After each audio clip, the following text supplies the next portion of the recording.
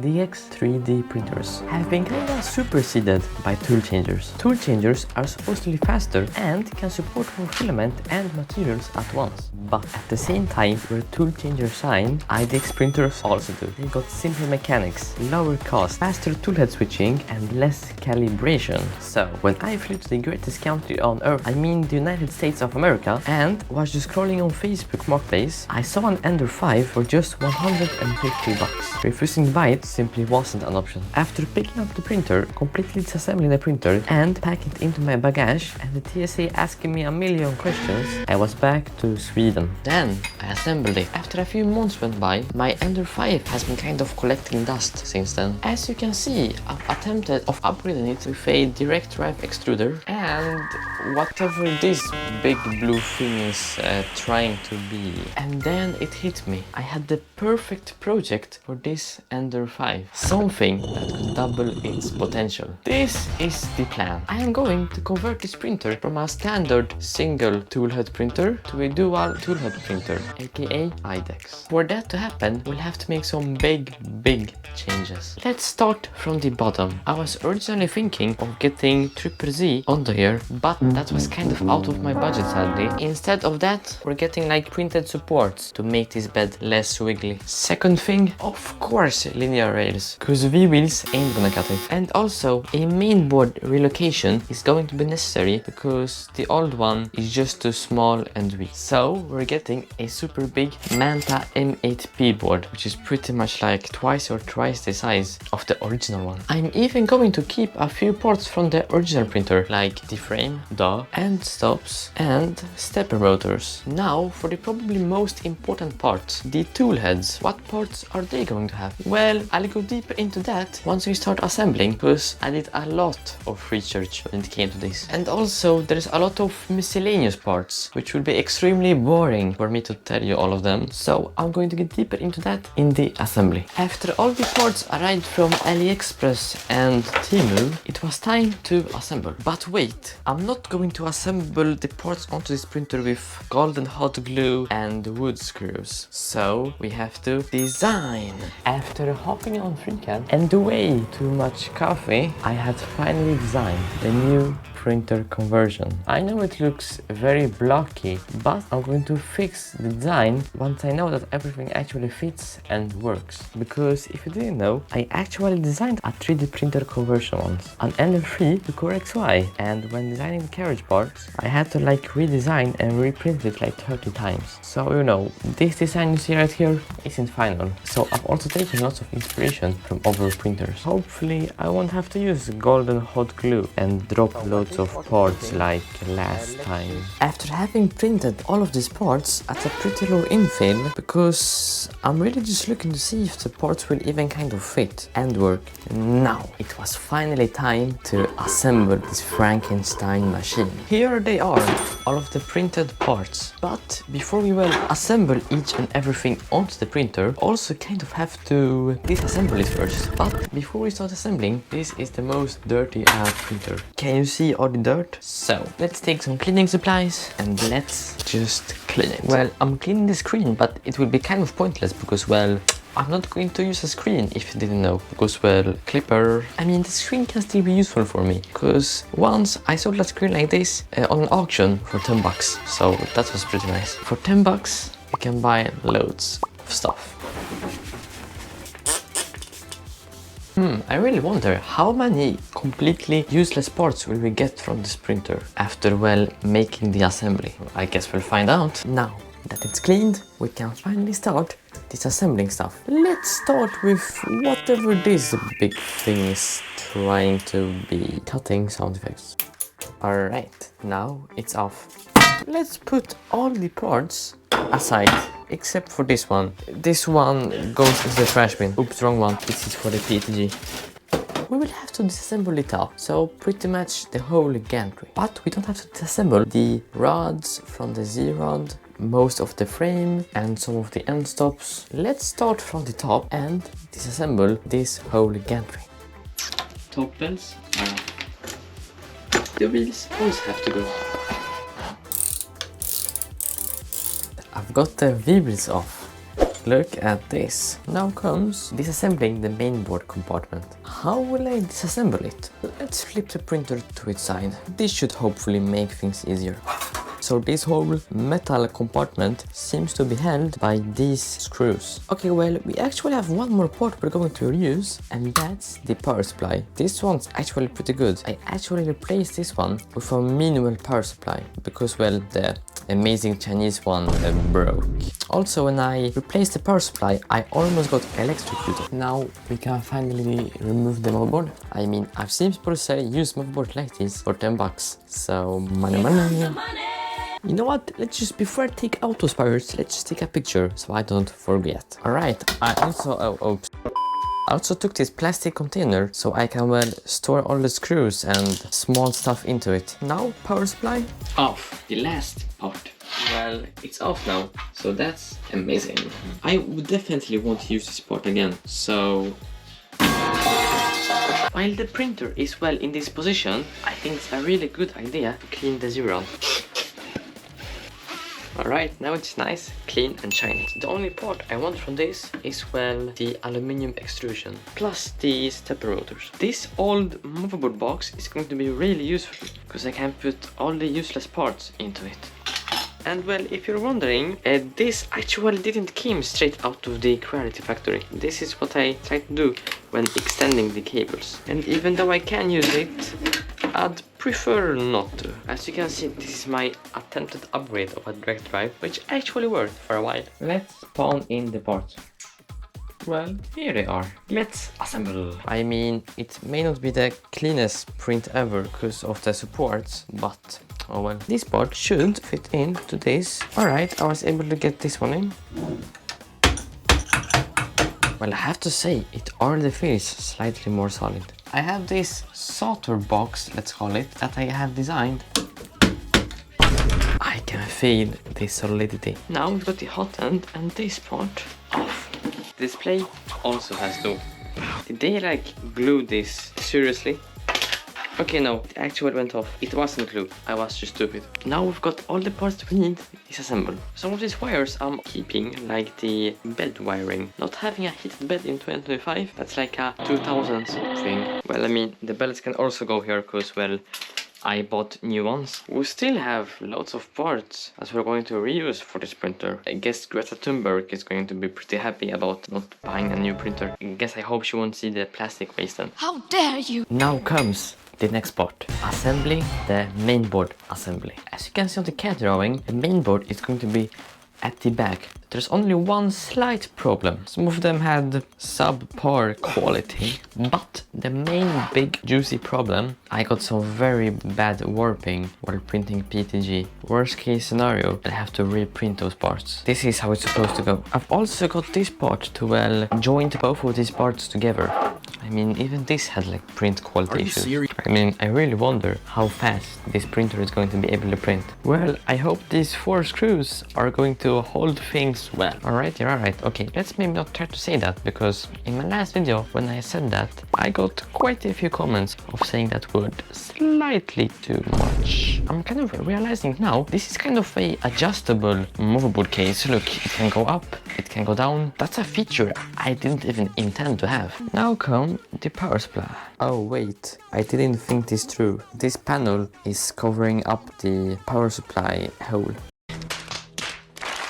I was still able to screw it in fine enough, but I'll have to improve this. So let's make a note where I write all the stuff I need to improve, so I don't forget to improve stuff. About this part, I will have to extend this cable, because I was actually planning of having this switch right there. Because, well, having to extend my arm like this all the time would be kinda exhausting. For joining them, I created these 2 parts. Now comes the big boy, the motherboard, or actually mainboard if you're talking about like more in 3D printing compared to PC building. Let's unbox it. Let me tell you something funny I saw recently.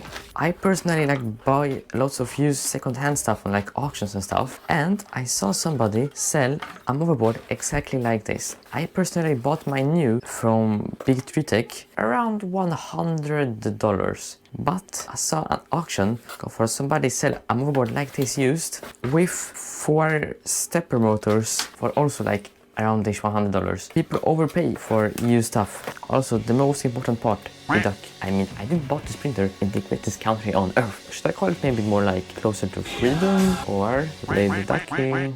Bro, look at this chunky boy. This is just a comparison. Let me smell it. It smells new. That's a good sign. So I didn't get a refurbished unit. We also didn't get a pack of connectors and stuff. So this is real. Oh no. Oh my guten Tag. Oh, this is kind of made. Here are the connectors, which will be really helpful for me if my soldering skills are good enough. Oh, this one QC passed, unlike my Spanish test in 6th grade. One of the best things about this new board is that it has Ethernet. No more internet connection problems. There's also one more thing. The stepper drivers. And obviously, I won't have to use all of them, which is a pretty good thing. Also, one really nice thing about this board is that Big 3 Tech documented everything about this board, so it's really easy to follow and do everything right. It tells me exactly which pins to short. Okay, well, I have to take each and every stepper driver out. Oh man. Oh no! Let's get this board onto this. I hope nothing important fell out. Okay, I have a problem. The connections are too small, so it doesn't want to fit in. No. Wait. It's in. Just for now, I'll get this cover on, just so it doesn't take up any extra space. Now comes the next part. The linear rails. Okay, this looks pretty good. Seems to slide through really nicely. We'll have to use these spacers. I remember you could also print a tool to make sure that the linear rails are completely straight. Align it very nicely. This makes aligning like 100 times easier. I hope I have enough T-slot nuts. If I don't, I'll have to disassemble my old Ender 3. I'm short of one T-nut. Let's disassemble the old conversion. One of the worst things known to man happened. I got blob of death. Alright, look at this. Bing, bing, bing, bing, bing, bing, bing. This is so cool. I've never had linear rails before. That's if you don't count the like pre-built artillery printer. There is something very special about this rail. We are going to have two tool heads, so we need two carriages. Now comes the big, scary and exciting part. Okay, it went in. Okay, one thing is that this room is just getting dirtier and dirtier. Or actually more messy. I'm not talking about the football player. We've got to install this onto this, of course. Great, we've got this part. Great and great. Fits in. It's a very snug fit.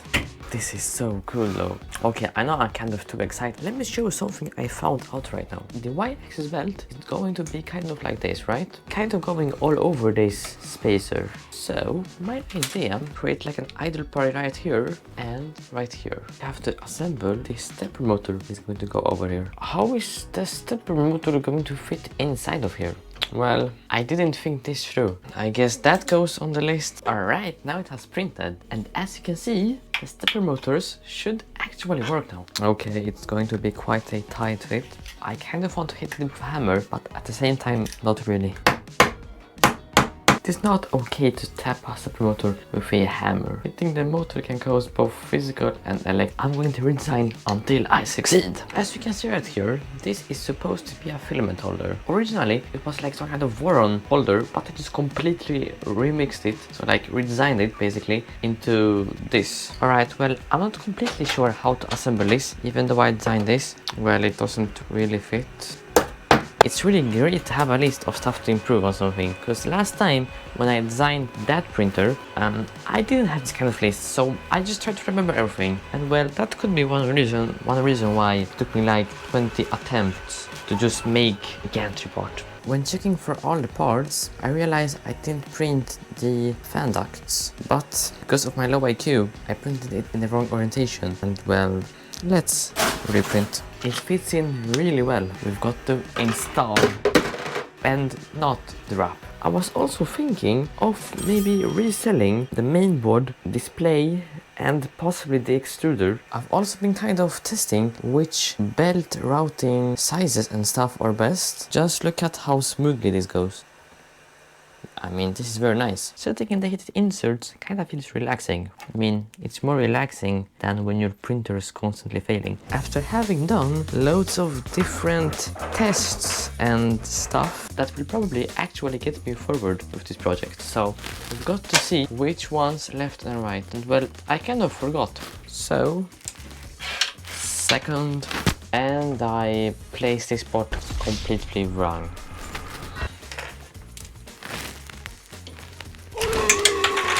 Amazing and amazing. Now we're going to be installing this part, but it seems that I have one too few. It also seems that the hole size is, well, way too small. I think it's a good idea to get the hot ends on. This is going to be the full setup of the carriages. I'm going with the Bamboo Lab style hot ends. I used clones for this. And for the part cooling, I chose two 50-15 fans. And after building this hot end, I'll show you the next upgrade. One good thing about these hot ends is that they only cost like 10 bucks. And I found them pretty reliable on both my Ender TV2 extremely modified and the artillery printer. My low IQ dumbass accidentally applied the thermal piece here and not here. And boom, it's assembled. First problem, cable management. All the newly designed parts have printed. So with the magic of editing, it's fixed now. After a few more tries, I know this kind of look like crazy alien fan ducts, and that makes them look real cool, right? So as you know, I'm going to use two 50-15 fans for this. So far, so good. Oh no, it already broke. And this cooling part is still holding on pretty strong, but this one thinks it's a guitar string. But this one thinks it is a guitar string. Just imagine it printing. What should I even call this fan duct for? The Snaker 3000? Now comes the very special part, the proximity sensor. I haven't had a great experience with clone probes, so I'm going with a proximity sensor. I wonder if this will impact the probing quality. Originally in this project, I was planning to have two probes, but then ChatGPT told me it was completely pointless, and well, I kind of understand why. It's just one bed. We've got the tool heads, which is amazing. Now comes the belting. The belt isn't going to go straight through the fans. So I basically like completely misaligned the screws here, but no problem, because after a little bit of redesigning, I fixed it. Now that we've got this, do you see this part? We need to get a idle pulley onto here. In between the idle pulley and the plastic thing, we also need some M3 washers. After redesigning, oops, oh no, it seems to glide through a lot. This is the part I'm so excited to do. Mounting the belts. Alright, look at this.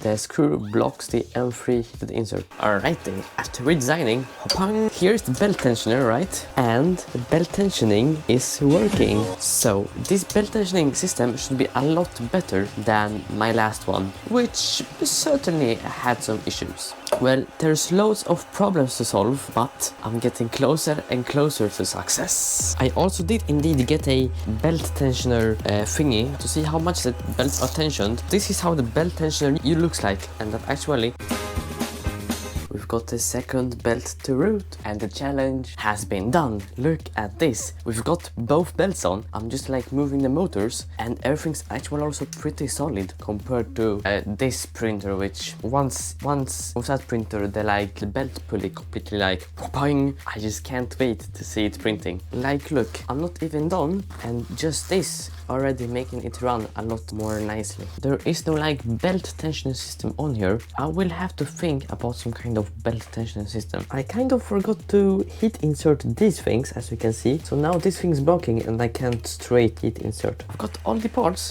to replace this idle pulley. Only thing is, it broke.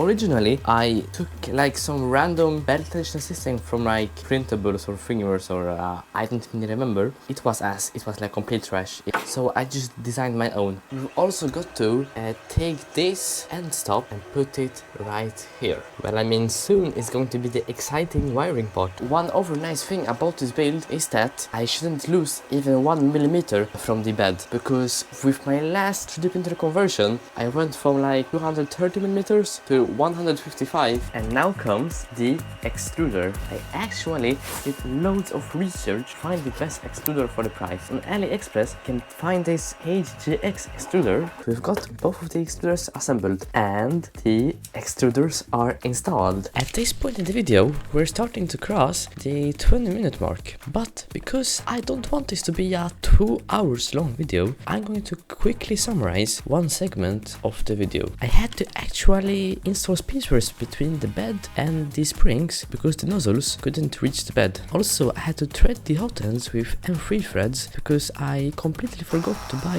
2.5mm screws. I also installed a newly designed spool holder, but I had to redesign it because it was actually blocking the Y-axis from moving. Plus some really minor stuff like extruder misalignment. Plus I designed some actual cable management. I ended up also designing a working nozzle wiper. I had to also tighten the belts and I used a measuring tool, but calibrating it was quite an interesting task. After that, I had to do the wiring, so basically extending cables, crimping connectors and connecting the right cables to the right ports. And to make it 100 times simpler and easier, I created a full wiring diagram. Then, after wiring it up, it was time for Clipper. But I ended up having extreme trouble setting it up. I hate to admit it, but it was because my dumbass didn't fully click in the CB1 module and also my extra router board. After that, I ended up creating the Clipper configuration, so like configuring the pinout, for example. The nice thing is, if you ever want to build this IDEX printer,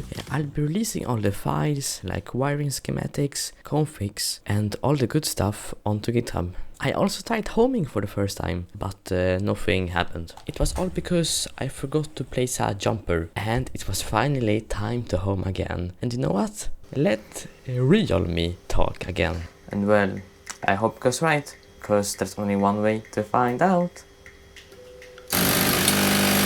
Okay, so it seems that I actually messed up the left and the right motors in the config. And at this time, something would have happened which I could have never ever guessed. Oh shit, it's recording, okay. Alright, anyways, I fixed the issues again. Let's see how it goes.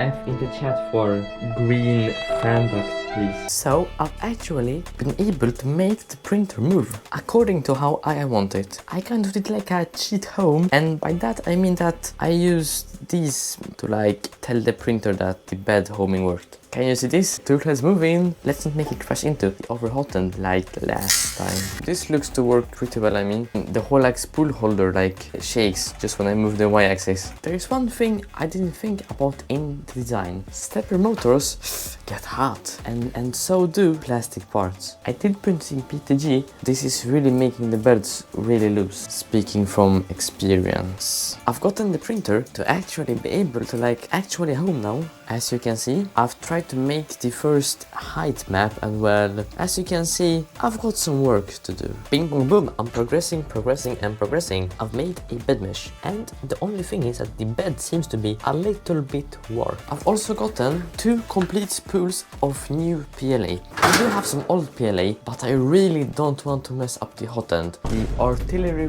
printer kind of knows that. I mean, the mainboard fans are really loud. I mean, what's the worst thing that can happen if you turn off the mainboard cooling? Alright, first extruder test. Alright, I already see a problem. The E-steps aren't calibrated. Oh yeah, look at this, wow. Oh no, it's actually C, but it's working and I'm super pumped about this. These cheap AliExpress gears, for now at least, seem to work really well. So now we can get to the fun part, actually printing stuff. But as you can see, yeah right, I would want to really print out new ports, but my artillery printer kind of broke. Several days later. The replacement parts from AliExpress came and I was able to fix the artillery printer. Let's mount these new strong mounts. Some parts shouldn't be printed at 15% infill. And now we're going to try to actually print something. Something is probably going to go wrong. Let's see it in action. It's printing! I see the first issue. Elephant's foot. The nozzle is too close to the bed. Oh, I couldn't be happier. Look at that beauty. It actually printed something. Oh, I just finished starting. Now it's where the real fun begins. Now I'm going to print a bigger square that covers up the whole left extruder's bed plate. Mover out of range. I mean, one thing is we can see a blob of filament on the extruder, but it went right off. Alright, this one printed out good. I'm also trying to make a nozzle wiping G-code.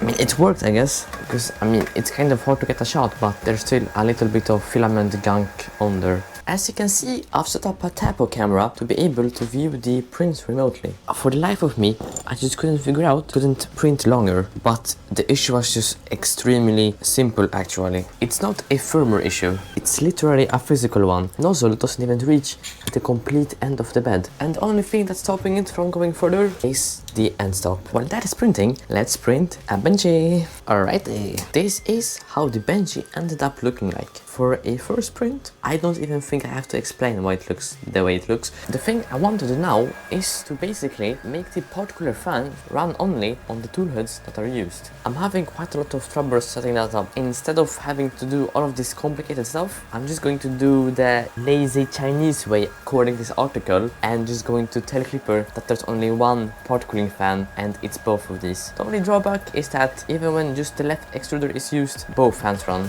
I do have to redesign the fan ducts, because I mean this design was in the Benchy, and let's see how the performance is.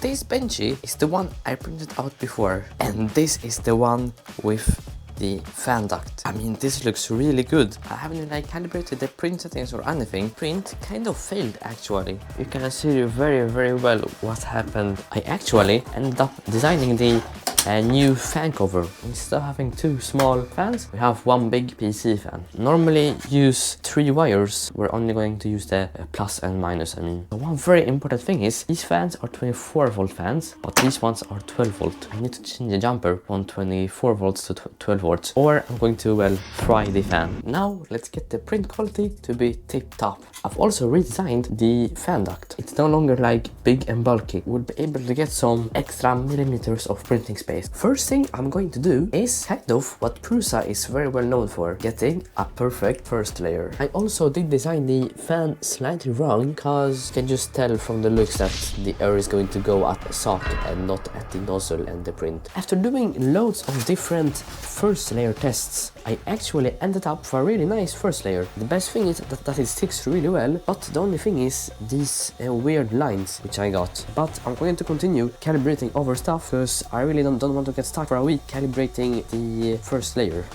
The Benchy actually finished printing and it's looking really nice. It's only like very small quality issues. It did print in like 1 hour and 20 minutes, so it was quite slow. After having printed a few benches, and the overhang cooling quality is just kind of disappointing. So I guess this style of fan duct, so I personally think that this fan duct, I actually went onto printables and was able to find a pretty darn good fan duct that has supposedly pretty good performance, right? So I'm really hoping that this one will perform a lot better on the overhangs and stuff. Well, that fan duct ended up being complete trash. I really seem to get really bad overhangs now. I realized the left fan is well disconnected. I actually ran a test without any cooling. Even the bad cooling design actually does something. After printing even more fan ducts, this is the new fan duct performance. I'm finally getting somewhere closer. So I finally did a safety test to actually see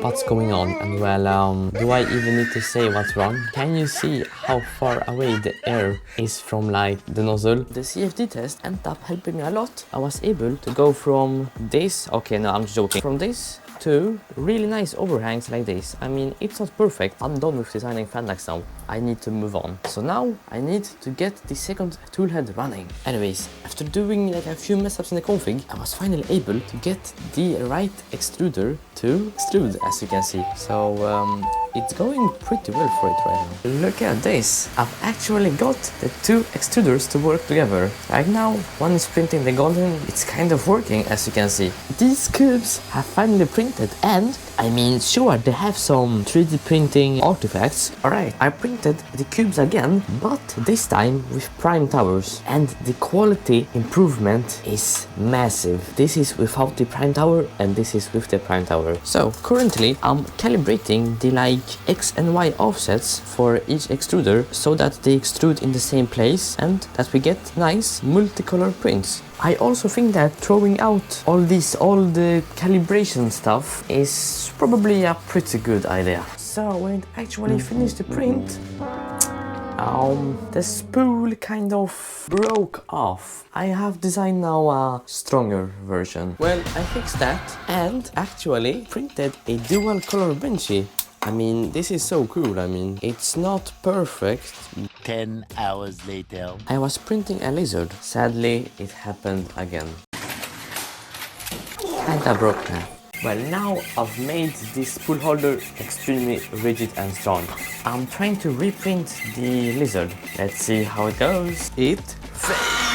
After doing a little bit of redesigning to align the belts so it's completely parallel, I'm actually printing and it's actually pretty darn good. I mean, it has actually finished printing and the print was successful. The detail is actually really good. I mean, it's really amazing getting dual color printing right now. After setting up the dual color prints, now I'm onto dual extruder prints. It's looking quite alright now. This hot and cross horizon is a little bit lower than this one. I mean, this is the power of IDEX. It printed out successfully. I mean, quality is also really good on both of these. This is so cool. Right now I'm printing two mirror prints, and as you can see, it's very big benches. I really got the full power of the IDEX. This is just a casual Ender 5, right? No, it is converted to IDEX, aka dual extruder mode. Oh, and it packs some real power. Linear rails on both the X and Y axis. Slightly extended build volume, effective nozzle wipes, an inductive sensor for reliable bed meshes, and a pretty darn stable spool holder.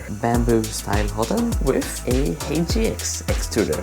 Dual 50-15 fans for crazy cooling, and what IDEX shines in. The good old dual color, dual mode, mirror mode, and lastly also the original single extruder mode. And I call this printer the Dual Freedom Printer. To all of those wondering why I went a little American with the name, I did buy this printer in the US, but at the same time I live in Sweden and the 3D printer was manufactured in China. But anyways, who's gonna stop me from being pro-American? But besides that, let's mount the greatest flag on earth, and we don't talk about how many stars I... So this is probably the most advanced project I've done yet, and it took quite a few redesigns, retries and reprinting. And I think the best way to show it is to, well, show, not tell.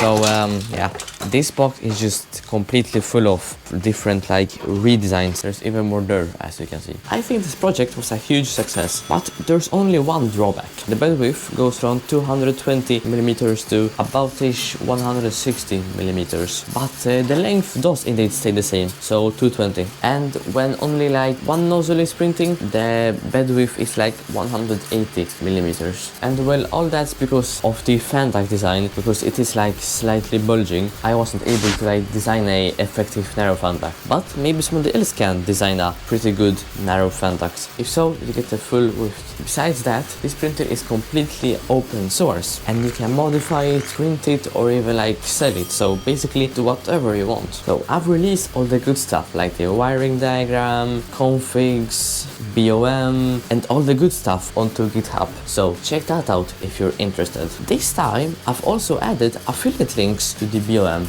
The best thing is they don't cost you anything extra, but they do help me support future projects like this. And I do have to say, as a tinkerer, I'm already thinking some upgrades for the next version. If you enjoyed this video, I really think you would enjoy the video where I converted my Ender 3 to Core XY for very cheap. And I think this one comment describes it better than I ever could. One man bypassing all the best known methods for 3D printer design to discover on his own what not to do. Dropping parts, golden hot glue, printing on a magnetic sheet. I laughed so many times I thought it was a joke video, but I was wrong. You have a crazy amount of openness and tenacity, an amazing project and awesome video. Check it out right here.